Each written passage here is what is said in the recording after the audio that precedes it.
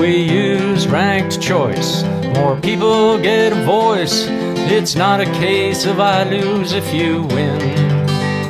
When we find common ground, we can turn this thing around and somehow solve this mess that we are in.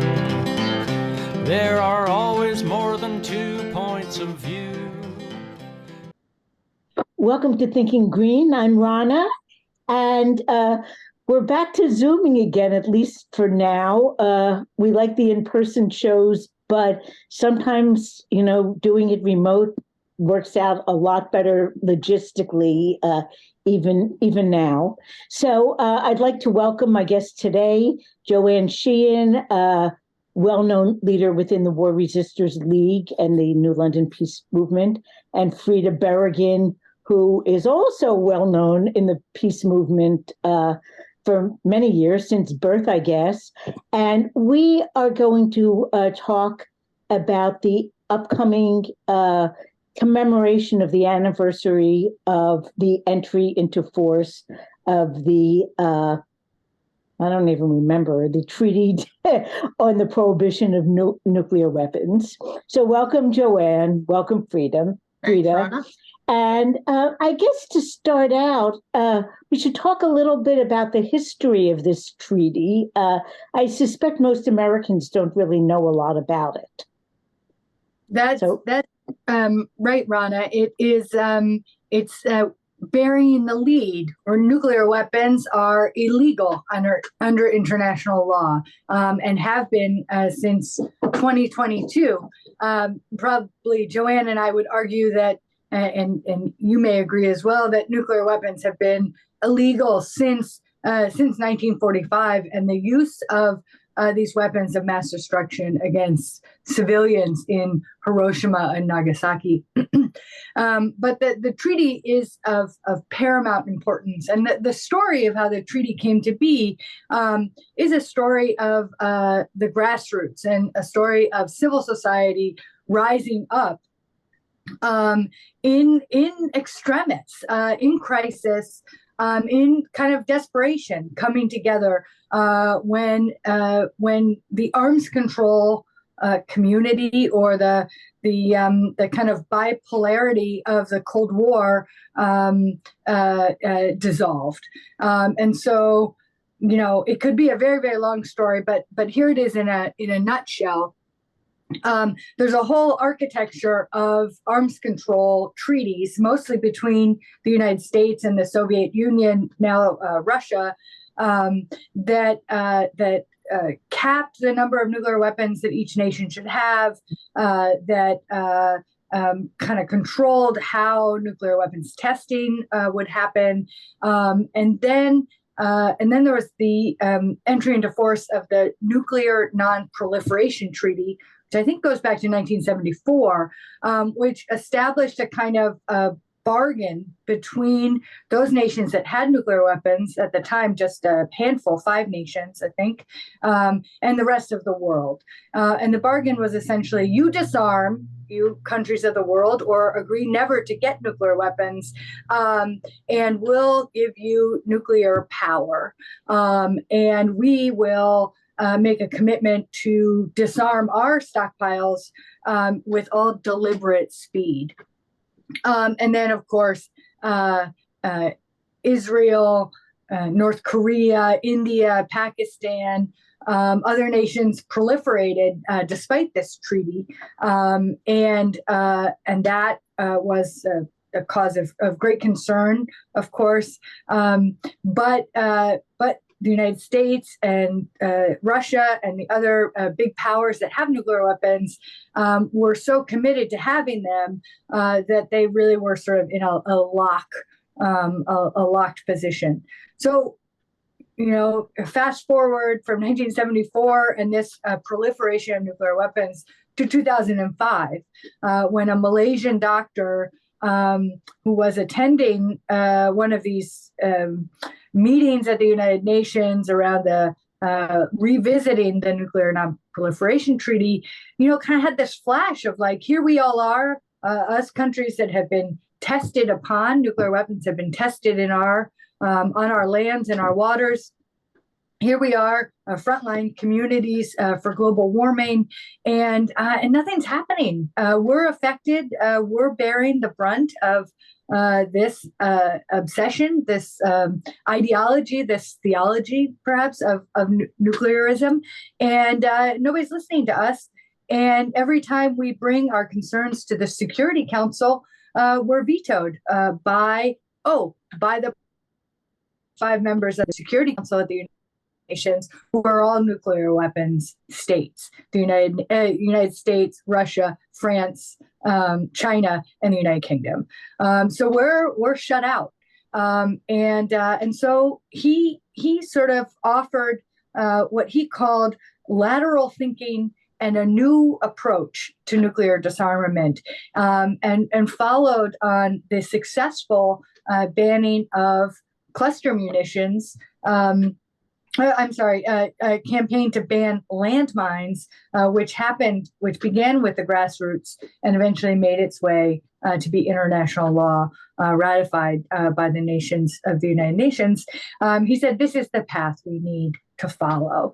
And so all of this grassroots organizing happened all over the world, kind of outside of the scope or the purview of the big powers. Until in late 2021, Honduras became the 50th nation to ratify this new treaty, entering it into force as international law. And what the treaty says is the Treaty on the Prohibition of Nuclear Weapons. And the signatories of the treaty, and I think now there are 69 nations that have ratified this treaty, 90-something countries that are in the process of making this the law of their land. The treaty, in essence, says that nations will not research, will not test, will not pursue, will not manufacture, will not threaten to use, will not use nuclear weapons. And the treaty text is truly beautiful. It talks about these frontline communities. It centers the voices of indigenous people who have always, all over the world, been the first nations, first peoples impacted by nuclear weapons. It centers the voices of women. It centers kind of an earth-centric philosophy. And so anyway, it's a beautiful process. And for the last couple of years, we here in southeastern Connecticut have marked January 22nd as a day to thank these countries: Honduras, Venezuela, Palau, the Gambia, Papua New Guinea, Vietnam, Laos, Cambodia, Thailand, all of these countries that are envisioning a very different future than the future that General Dynamics and the other weapons manufacturers in this country are envisioning for all of us. So it's an exciting thing to learn about. It's a hopeful thing, and there are many embedded lessons for those of us here in the United States who live under this cloud, and that really blinkers our imagination and our ability to imagine a nuclear weapons-free future. I do have some pictures I'll share of past demonstrations. First, the banner that we have a few of them. I think they are kind of an official banner that came to light 3 years ago, or maybe 2 years ago, the first anniversary. Bans the development, testing, production, manufacture, acquisition, possession, stockpiling, transfer, control, receipt, use, threat to use, stationing, or deployment of nuclear weapons. And the first couple pictures here, let's see, no, it's not.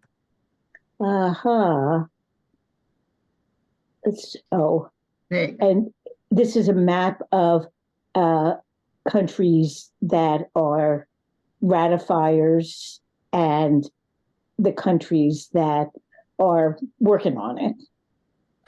The information comes from the ICANN website. There's a lot of information there. Personally, I thought it wasn't organized in the most clear way. But these are some past events in New London. This was 2022, the first anniversary, and we had a lot of people lining Howard Street.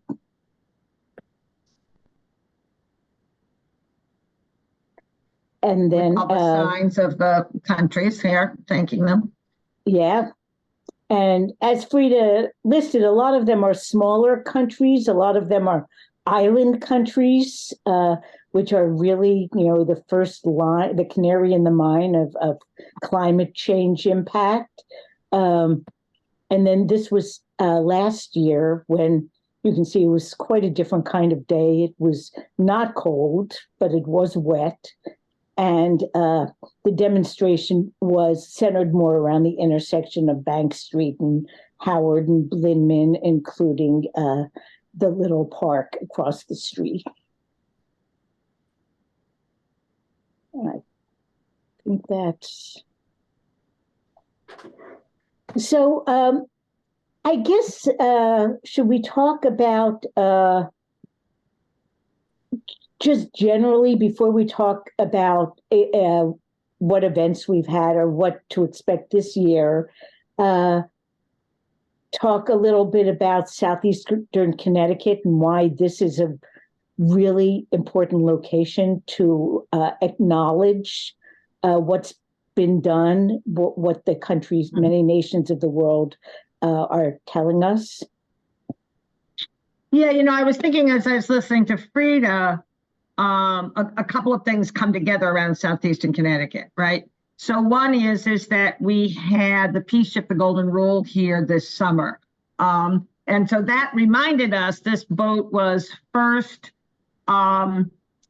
became an activist tool, if you will, in 1958. And that is because of the opposition of the testing of nuclear weapons, the atmospheric testing of nuclear weapons, particularly in the Marshall Islands. The United States was testing there. Different countries were testing in different islands, or in the French were testing in the Sahara. And so again, the story here, and I think the empowerment piece of it for us, is to remember that it starts with individuals. It starts with grassroots people. It starts with people who are appalled by what happened in Hiroshima, are appalled by the results of that, are familiar with the devastating effects of radiation, and say, no, we have to stop this. And the only way we're going to be able to really stop this is to physically try to stop this.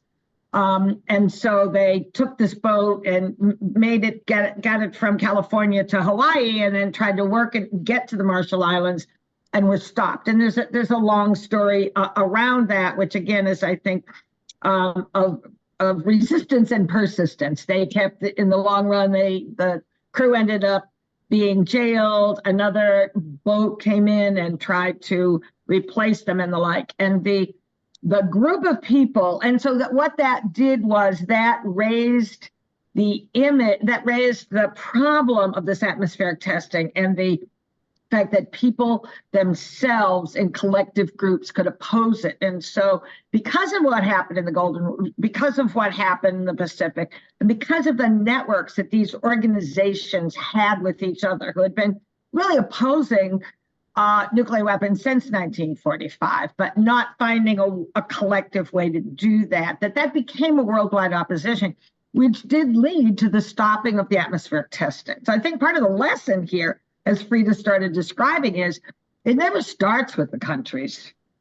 That's kind of, it never starts at the UN. It starts grassroots here, story after story, the landmines, the atmospheric testing, non-proliferation treaty, all of these things start with grassroots. So we have to remember that when we feel very overwhelmed by this kind of power.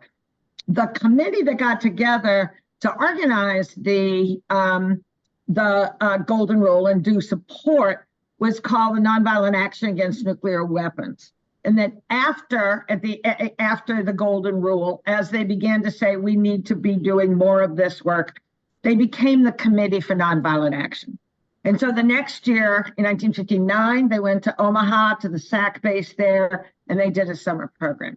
And in 1960, they decided to oppose the building of Polaris submarines. And so they came here to New London.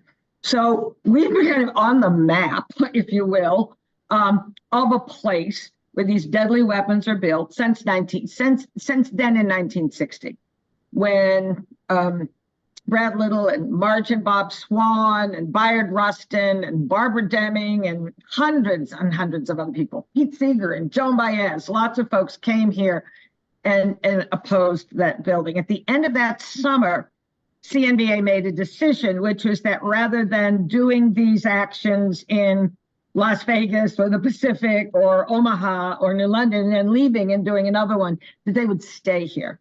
And so that became basically the Community for Nonviolent Action. 1962, they bought the farm at Voluntown, which is now known as the Peace Trust, and kind of really gave rise to the organizing and opposition to nuclear weapons. And then there have been grassroots groups throughout the building of the Polaris submarines, and then again, when the replacement of the Polaris was the Trident submarine in the 1970s, that's when I moved to this community to be part of that opposition and live at Voluntown. And now we're in a third kind of generation of these, right? With the Columbia class, with that beginning of that, with the funding of that, with the engineering building, kind of all focused on that. So that's really why, while the submarine base is here, I think it's the combination of the submarine base and General Dynamics Electric Boat, and then some of the other subcontractors around that kind of support that have really put us on the map. And actually, back in early 1960s, Gordon Christensen, who was a professor at Connecticut College, did a bit of a brochure to show what would it mean if nuclear weapons were used against us, because we're not only put on the map for doing this, we are a target for doing this if there ever was a nuclear war and mutually assured destruction was enacted, that we would be clearly one of the targets to put an end to the strength of that submarine force. So that's kind of a bit of that history, really in a nutshell. But I think that the fact that that the presence of folks here in Voluntown of kind of putting down those roots and that consistency. And then all of the people around who have really seen this as a real threat and come join together in the community to address that. And as you were talking, I was thinking that civilians in the United States, unless they're immigrants and maybe fairly recent immigrants, have rarely lived in a war zone as a non-combatant.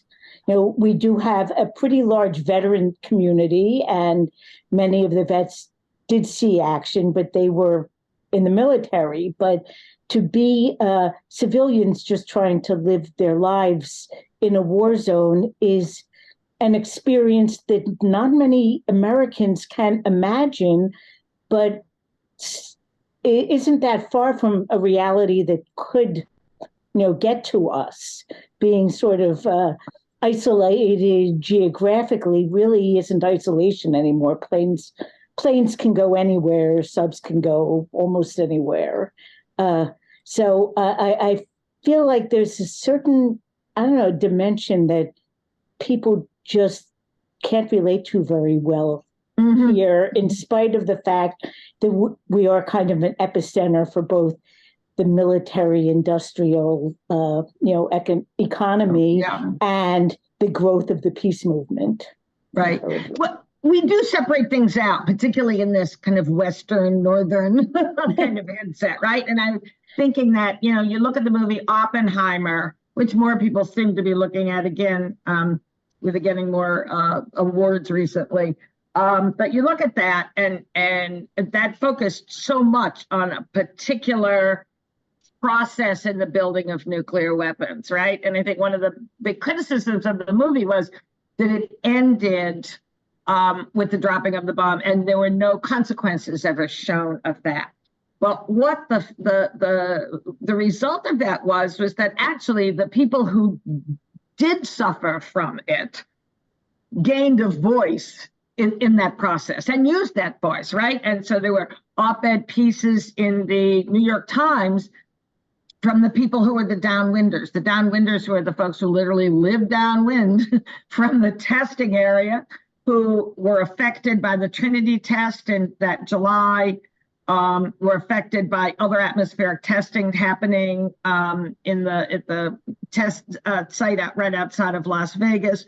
It gave a voice to the people known as the Hibakusha, who were the people who suffered in Hiroshima and Nagasaki from radiation poisoning. I know that Science Friday, when they started their first show, they did 15-minute interview with the Hibakusha woman and said, we have to understand, when we understand nuclear weapons, we have to understand what they do. And I think you're right, Rana, we are so separated from that here. And that the answer, the kind of glossing over is, but we get good jobs. It's like, oh, don't worry about that, right? Don't worry about that. But we get good. We're okay because we get good jobs. And I think, a number of us are in the process of challenging that because it's unclear whether they really are good jobs. We have found through some research that some of these jobs are $16 an hour. That's not a great job. At the same time, the CEO makes over $21 million, $21 million a year in her income. And General Dynamics gains all of its money from tax dollars. So these are just your federal tax dollars, not counting what the state puts in, not counting what your town puts in, particularly if you're New London, Groton, or Norwich. And so we get, kind of this tunnel vision of, well, we're okay because we get jobs. And we don't kind of see the effect of it because there's not really, although there are radiation problems and there are, the river is polluted from the subbase and there are a lot of other problems, we tend to not want to see them for the benefits. And I think the benefits are mostly, propaganda, not even real. And we need to look more seriously at that. Well, two things come to mind. One is there's a whole other show in the future, yes, I think, on the economics of having an economy that's built around the military-industrial complex. And maybe sometime around city budget time will be a good time to go into that in depth. But the other thing, because you mentioned the Golden Rule, when the Golden Rule was in New London last summer, I heard a criticism from a spouse of an EB worker and someone I like who's involved in the city, really finding it offensive that the Golden Rule was making EB employees feel bad. And so when you mentioned the issue of, well, we have good jobs here, I couldn't help but think that, yes, I mean, whether or not they're good jobs, for many people, they're good jobs. And I think all three of us have our families have economic consequences to refusing to work in those sorts of jobs. But I think back, I saw the movie Shoah like 30 years ago about the Holocaust, all the interviews with survivors who were impacted or perpetrators, from all points of view. And the one interview that really struck me most and has stayed with me was with an ordinary guy whose job was to arrange the train rides for the deportations. And it was so clear that he had a job to do. One thing he said was, sometimes people traveled first class, sometimes they traveled in cattle cars, but we always wanted to schedule at least 200 people to get group rates. And I thought, and it was really clear that at the time he was doing it, no one told him that they weren't just being deported, that they were being sent to their deaths. But there was an active discouragement of trying to look at the context that your job is operating within. But without all these little pieces, you couldn't have the big overwhelming issues. Right. So whatever job people do, I think we do need to think about what the bigger goal we're working towards. My own little speech. I was just going to, as both of you were talking, I flashed on this resource from an organization called Outrider. The website is outrider.org. And on that website, you can essentially drop the bomb on any location in the United States. And I used this with my students at Connecticut College this last fall, and dropped a 300 kiloton weapon on New London, Connecticut.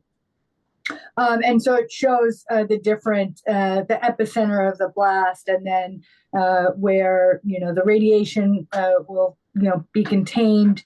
And fatalities here in this area from a nuclear weapon being dropped here, even a relatively small one, given the magnitudes these days, would be more than 29,000 people, which is more than the population of New London, Connecticut, and another 24,000 people being seriously injured. Rana, your house and my house are positioned right outside of the kind of a sphere of silence where everything would essentially be vaporized.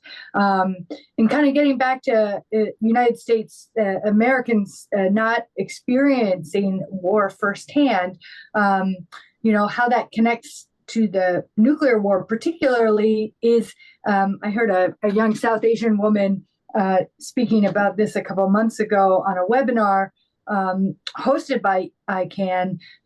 She said, even the image of the mushroom cloud, which, we use in our materials, or is the most, the most immediate, visceral way to communicate nuclear weapons dangers for us. She says that is from such a remove. If you can see the mushroom cloud on the horizon, or you're going to survive, and so you are positioning yourself outside of it. You're the one who's pressed the button, who's detonated the weapon, who gave the order, and you may be impacted by kind of secondary effects, as all of us will be, as all of us are.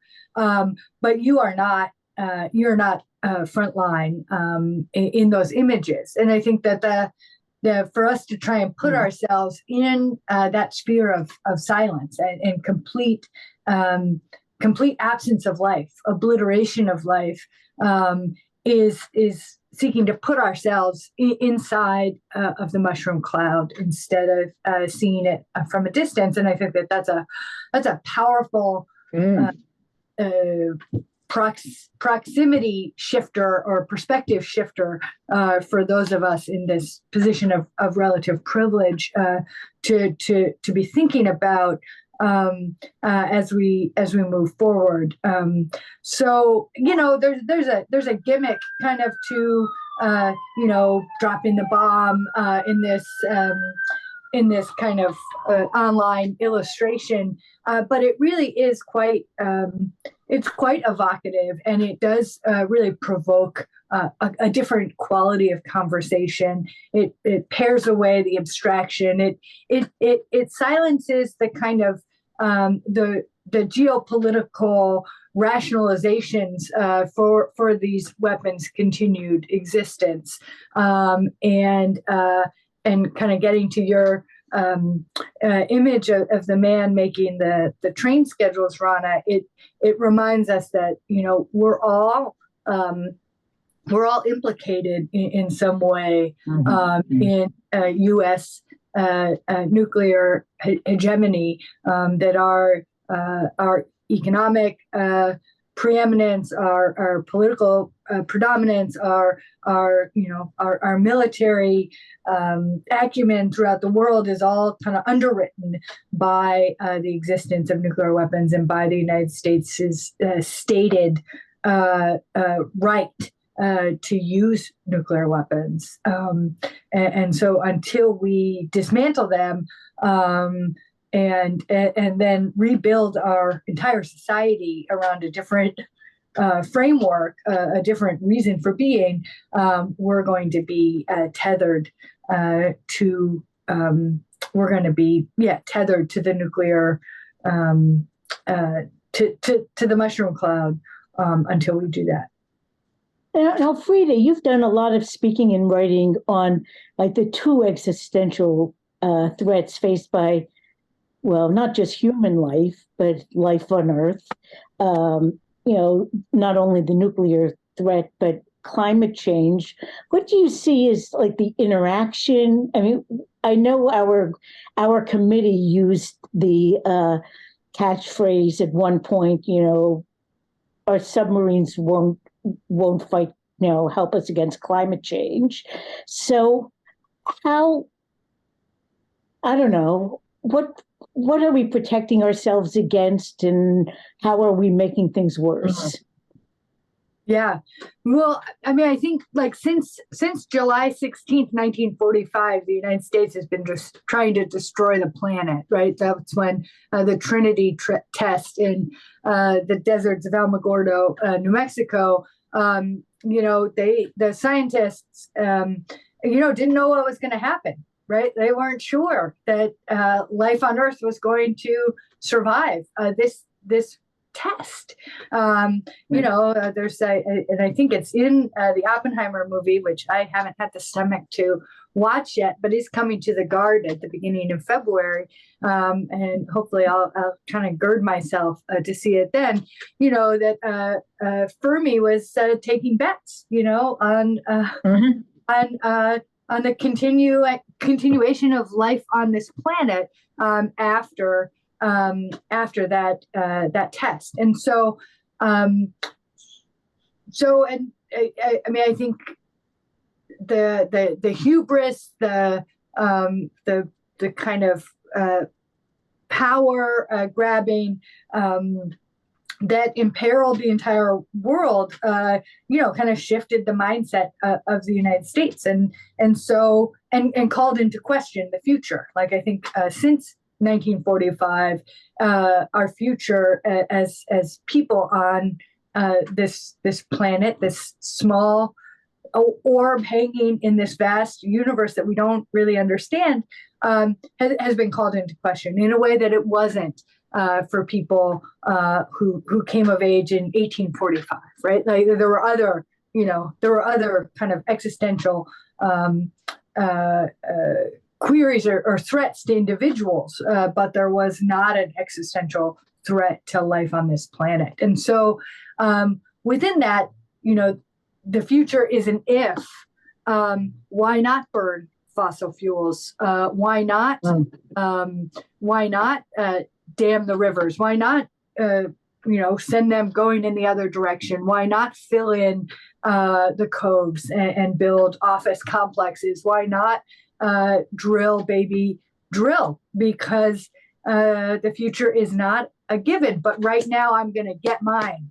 And that has been the prevailing ethos of the United States and of capitalism since 1945. And I think, even in the early days of this, there were people who saw the writing on the wall and knew that we could not continue to consume in the way that we have been consuming, and have been ringing the bell for moderation, for a green future this whole time.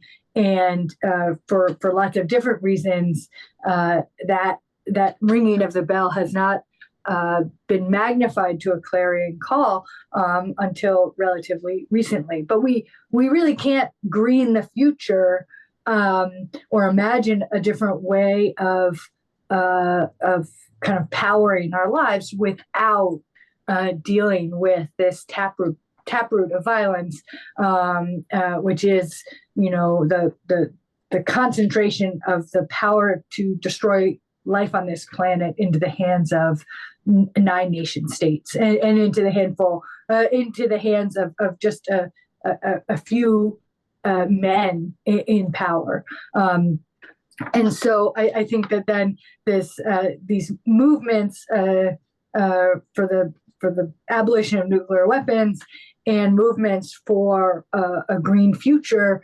like they have to be, hand in glove, and they have to kind of acknowledge acknowledge one another. And I guess the last thing I'll say is that there's new scholarship from a woman at MIT. Her name is Netta Crawford, writing about the Pentagon as the Department of Defense, as we call it here in the United States, as the largest emitter of greenhouse gases, the largest climate destroyer on the planet. And so even kind of separating out nuclear weapons and nuclear capabilities, just our conventional war machine, is we can all drive electric cars, but if we're flying B-2 bombers and F-16 fighter planes and sending our submarines, deep in the waters throughout the world, we're going to be continuing to degrade the future of this planet from that kind of consumption perspective. Mm-hmm. So I've appreciated her analysis on that. I think I've described the boomer life experience, by the way, because, I try to explain the boomer viewpoint to my younger friends who can't make any sense out of it. And I think, well, for one thing, there was a lot of repression in the 50s society in the US. But on the other hand, we also didn't expect the world to last, and natural resources seemed infinite, and they were cheap. So we really didn't do any long-term thinking. So anyway, I was sorry about interrupting. No, that's as another baby boomer. I get that. No, I was going to say, I think that, that was really helpful, Frida. And I think the other connection here now is the other side of this is that there is an answer for the jobs and the economy of what's put into building nuclear weapons in really having a serious green economy, right? That we need to be able to put in, more resources. And that is a problem because in the United States, the resources, our government resources go into building weapons, but anything else becomes socialism, becomes, no, we can't do that, right? And so for years, we were buying any alternatives to fossil fuel from other countries, particularly from Japan and Germany for a long time, because their governments were investing in this, and because we didn't allow them to invest in the military after World War II, right? And so they were actually creating these alternatives. And I think that as somebody who's done a lot of work around economic conversion, we see that that is really one of the primary needs. And also, in many ways, there are a lot of connections between the kind of welding that's done and the kind of other skills that a lot of EV people have. Another problem as we see this building up of EV engineers is that universities that train engineers mostly train them to go into this business of weapons because that's where the government money is, that's where there's more job security. And so therefore, they are geared towards cost overruns, not how do we make something efficiently and make something that's affordable then to the consumers, whoever they may be, whether that's the government or individuals. So there's a lot of other kinds of interconnections here, that web, but we also know, because we know that we converted during World War II, we, changed after that other countries have done it. We know it's possible. It really is a matter of will and focus And I think that's where I go back to this lesson of, and people just need to really focus on that. Now, next Monday, because of the timing of this, I want to bring up Martin Luther King Day will be commemorated in Southeast Connecticut and throughout the country. And I just wanted to talk a little bit about what Martin Luther King talked about and what's likely to be remembered from what he talked about at all the various ceremonies and events that we might see over the weekend. So I do have a couple of banners that the local, I don't know, honestly, the local peace organizations had made, I don't remember, many years ago. St. Francis House often has these. At times, we'll put them up on their porch, particularly around this time of year and around April 4th when King gave his speech against the war in Vietnam, which is where these come from. True. And, the violent co-annihilation, I guess one of the takeaways from what you were talking about, Frida, is that really, it's always going to be co-annihilation. It's never going to be, they will be the ones to be impacted, but we will never be. And then, poverty, racism, and militarism. So I'll stop sharing, but in Southeast Connecticut, I have a feeling that, the racism part will probably be talked about, but I don't know about, it's really hard to be anti-militarist here and now. Or to see those interconnections, right? True. I mean, I think it is important to remember that these quotes do come from King's talk at Riverside Church one year exactly before his assassination, where he came out very strongly against the war in Vietnam. And what he did in that, and I really encourage people to read that if they have not. It's very accessible online, and you can hear him give the speech actually online.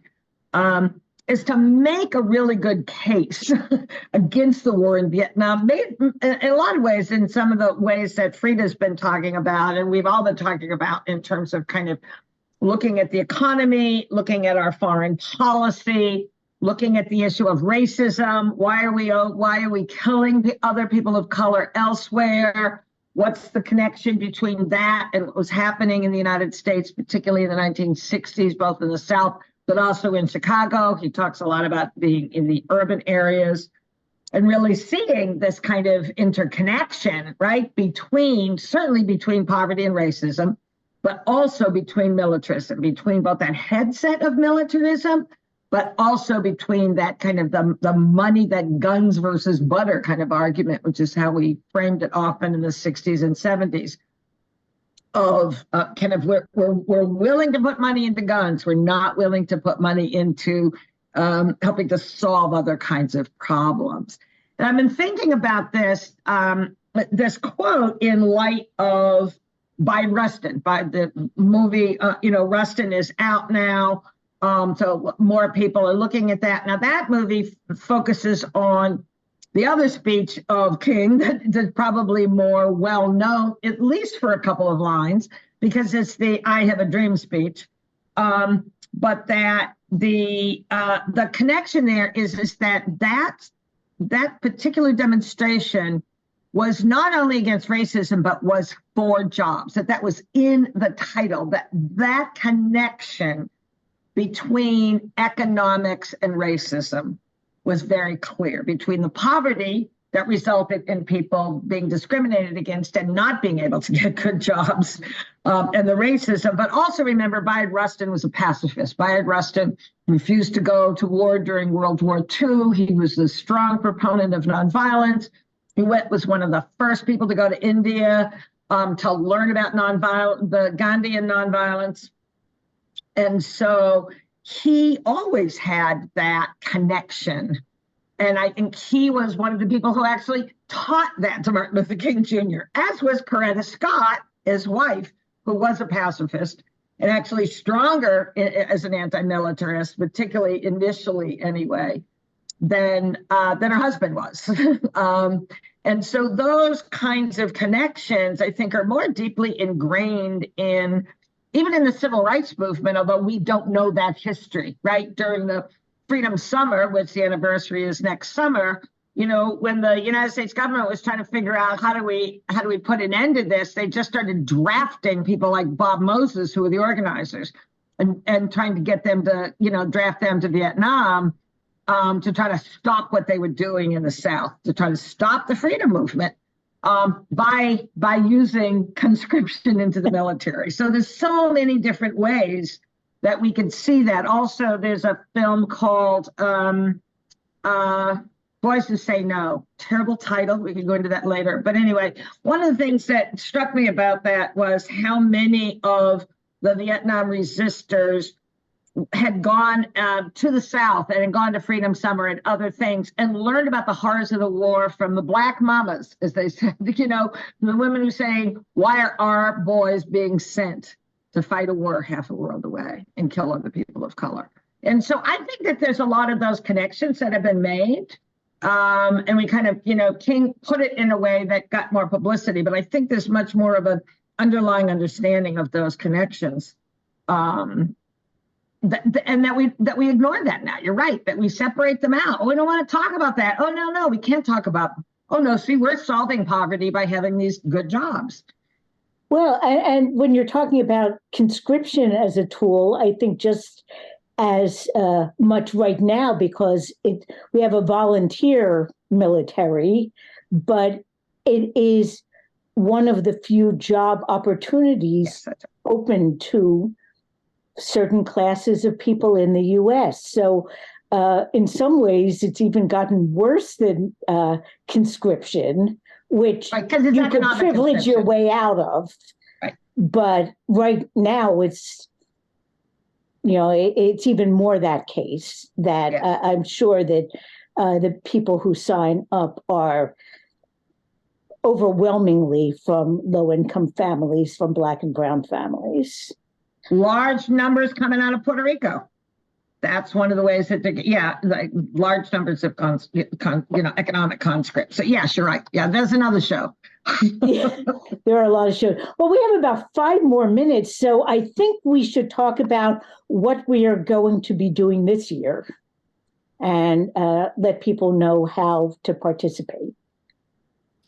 Yeah, great. So we're going to gather at 2:00 on Monday, January 22nd, right at the beginning of Pequot Avenue, after the circle there where Shaw Street becomes Pequot, right across from the main entrance to General Dynamics, to be greeting workers as they leave for the day, with information about the illegality of nuclear weapons. And we thought this year to really focus on that piece, that according to international law, the work that the people in that building are doing is illegal, and to invite and challenge workers with that information. And we hope to provoke questions, to provide resources, and to help people think a little bit about the work they're doing and how their small piece fits into this much larger militarist machine, to not just focus on the group discount for the 200th passenger on the train to Auschwitz, but to see that there really is another way, and to call people to that. So that seems like a really good way of marking this anniversary of celebrating the work that so many in the global South have done, and then calling on the United States to be the first nuclear weapons state to sign and ratify the treaty. As we were leaders in dawning the nuclear age, we need to be leaders in twilighting the nuclear age and ensuring that there is a future for your grandchildren, Rana, and your grandchildren, Joanne, and future for life on this planet. And we do have a poster for this event if you want to take a look at it. So Monday the 22nd, people will start gathering at 2, and this is when EB workers are getting out of work. Yeah, people can join us at any time during that time. I also want to say, Ron, I'm thinking about what you said earlier about somebody saying that the golden rule made EB workers feel bad. Well, probably calling their work illegal is we might make them feel that off bad. even more. We're not there to make people feel bad. We're there to also hope for promise. We are people who believe in economic conversion. We are people who believe in transformation. We are not people who believe in blaming people. We are here to say, hey, there's a community here that can come together and really push for other opportunities for jobs, other opportunities that really are life-giving, so people don't feel bad about their jobs, right? Why do people feel bad? Because of some of the work I've done here, I remember a woman whose husband worked in the yard, and she said, talking about this at all is like peeling an onion. Every layer provides more tiers of some sort, right? That just more pain comes from looking deeper, so you don't look deeper. And I've had a number of conversations with workers who are both engineers and EB people, and they all only know about what they do. All I do is wire these tubes. All I do is work on this widget. And they don't know the big picture. They don't, and they're purposefully not taught. And I think they purposely don't look at it. And sometimes they do look at it, and people leave EB, and people have opposed what the work they've done before. And so, but I think that, there's a community, not just us, but there's wider communities of folks really looking for, looking to support and help, make this all, different. And things could yet change. Didn't the same company make trolley cars way back when? There's a lot of possibilities. And we probably import our trolley cars now. And so actually, we're sort of at the end of our time. So next week, sort of on that subject, my guest is going to be Gregory Stroud, whom some of you know was the editor of the CT Examiner, but who I originally met maybe 6 or 7 years ago when the FRA was talking about high-speed rail plans going through coastal Connecticut. Well, those plans are coming back. So Greg is going to be on the show to talk about what the impact could be in southeastern Connecticut and how people can come together to find a good solution. So thank you, Frida, and thank you, Joanne, and we'll see you all next week. If we use ranked choice, more people get a voice. It's not a case of I lose if you win. When we find common ground, we can turn this thing around and somehow solve this mess that we are in. There are always more than 2 points of view. If you listen, you'll find out that it's true.